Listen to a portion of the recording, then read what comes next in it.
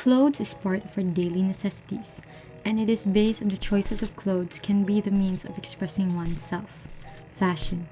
Fashion over time has become a culture, art, custom, manner, and mode of action.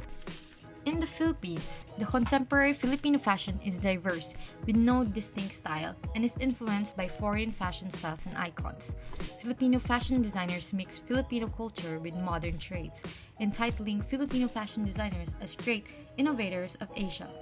Therefore, would lead to progressive development in the Philippine fashion industry.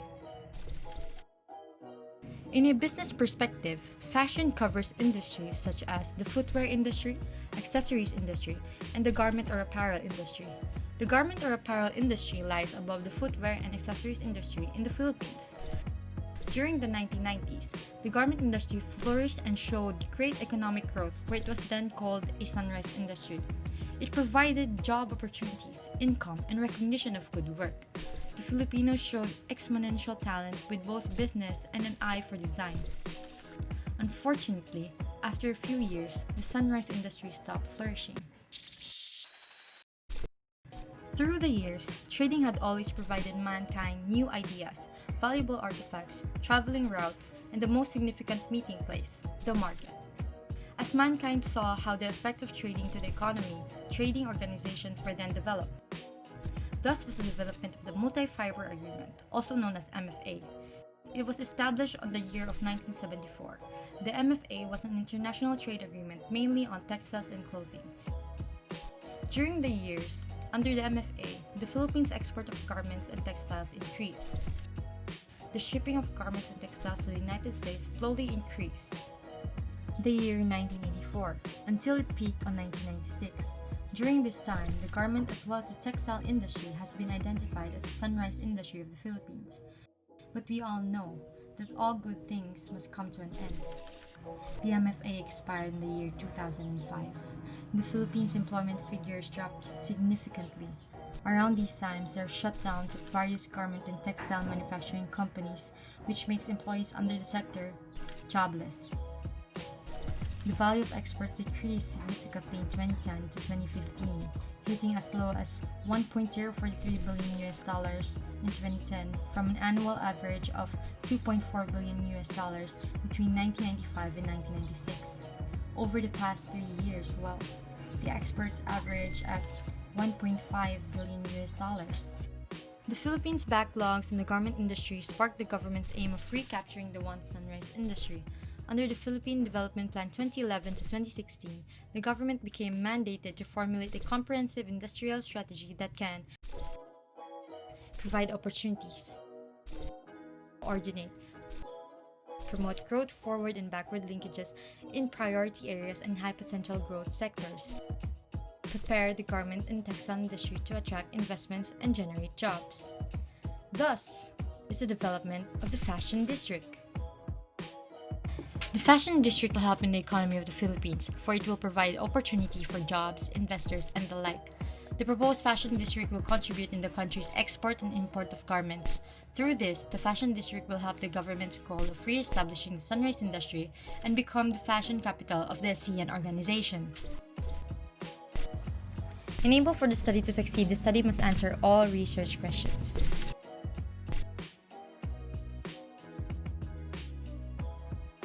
In connection to the problem, not long ago in 2018, Ramon M. Lopez, DTI Secretary, stated that the government is finalizing the development roadmap, fiscal incentives to new investments, GSP schemes, and securing new markets under the country's free trade partners.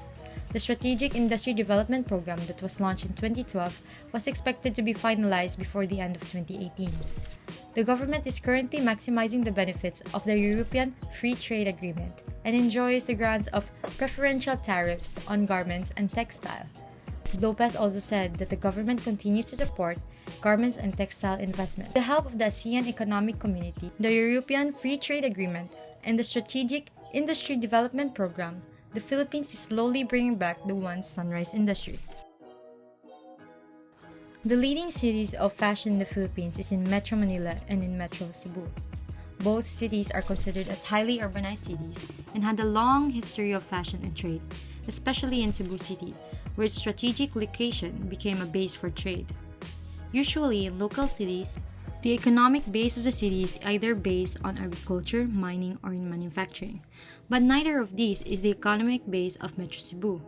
Rather, the economic base of the city is rather based on its trade and service activities, that now accounts for the Metro's three-fourths of its employment. This explains why the city gives off potential for constructing business of trade, export, and imports. Inside Metro Cebu lies one of the progressive cities, Mandaue City. It is located at the middle eastern coast of Cebu. Mandaue is dubbed as the economic driver, for it is home to almost 20,000 industrial and commercial business, with multinational manufacturing giants taking the lead of the business industry. The city is identified as a first income class city, garnering a population of 362,654. According to Cebu City's master plan study, one of the major development problems and issues that the city faces is limited land available for development. Cebu City may have the biggest land area in the province, but it has the smallest proportion of land out of its total area. The only percentage of safely habitable areas is 28.4%, and 18% or lower of this is located in slope areas. Charles Hill, author of Strategic Management Theory, An Integrated Approach, stated that a business must first determine its market and its market size. The market. The market are the top 4 economic regenerating sectors. The computation of number of users in the fashion district is done by estimating the market penetration under the formula devised by Marlene Jensen.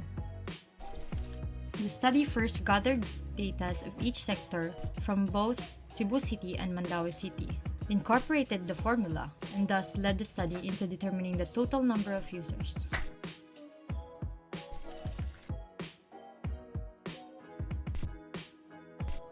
The structures were based from the government's aim in recapturing the sunrise industry. That was stated in the first part of this video. Now let me refresh your memory. The aims of the government. Based from the aim of the government, the study determined the 4 main essentials in order for the fashion district to flourish. Spectate, shop, show, style, savor. With these in mind, the building that will provide opportunities and coordination, the retail building or the playhouse. The retail building will provide opportunities and coordinations of fashion designers, an area where they may show their creations. Thus, the multi-purpose areas and fashion runways. The users will have the chance to spectate their creations, interact, and also spectate the history of fashion with the establishment of a museum. The retail building coordinates with local and international brands in order for the users to shop their products. In continuation, the building that will promote growth, attract investments, and will highly generate jobs. Factory building. The factory building provides an area where designers will style or create their creations. It focuses on providing jobs, imports, and exports, and promote growth on local design garments. Now, what is savor? The study determined that a human's capacity and creativity has its limits. Sometimes one must pause, enjoy the little things in life. Life is not all work, like the factory, or all play, like the retail building or the playhouse. Rather, one must also savor the little things in life. Thus, the Dream Park. The Dream Park is a pause from all work and play. It is a place where the users can spend time for themselves or with others.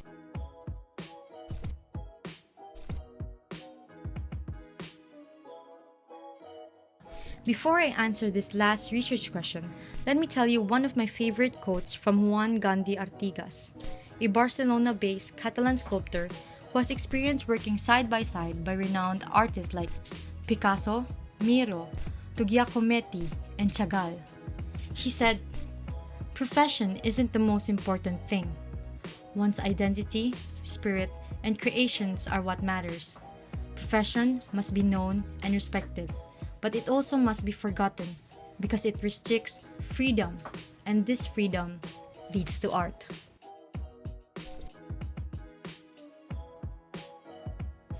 The design concept of the study will take a step forward on surrealism. Surrealism is disdaining rationalism and literal realism. The study believes that a creative person's mind is sometimes oppressed by the chains of reality. Thus, creativity creates a limit to its capacity of imagination.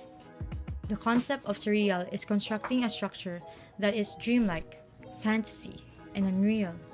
The design heightens the focus on the beauty of its form, structure, and color choices. The colors of the structure will be having a variety of colors that will not clash, but will all together form.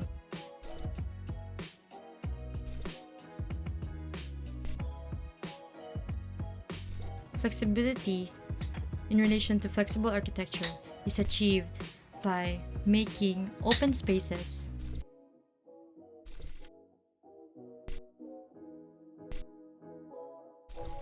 The design philosophy of the study is in reference to Marcus Vitruvius's theory that is described in the conceptual framework.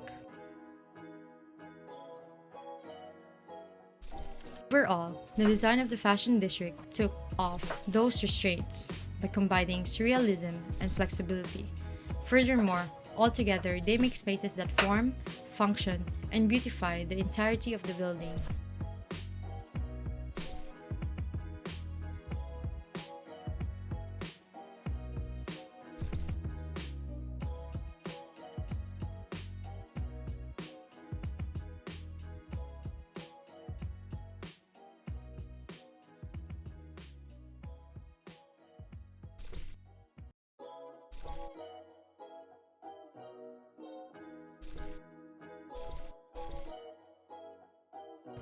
Overall, the site achieved its design considerations and design objectives.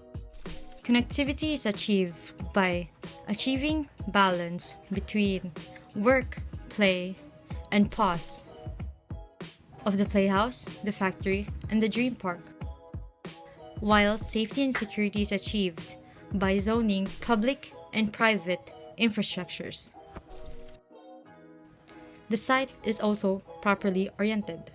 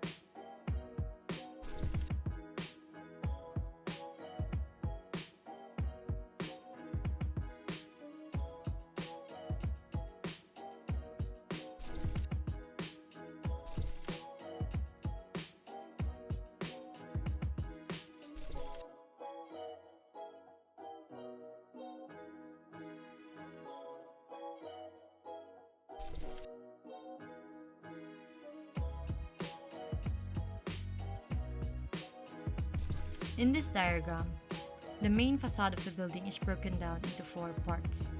A. Surreal or aesthetic.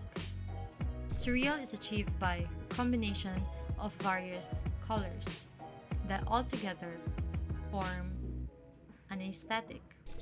B and D, rather roof and culture, are in the same category, which is culture. Is usually found from tourist destinations in Cebu City. Ventilation is achieved from mesh material, open spaces, greeneries, and lastly, arch forms.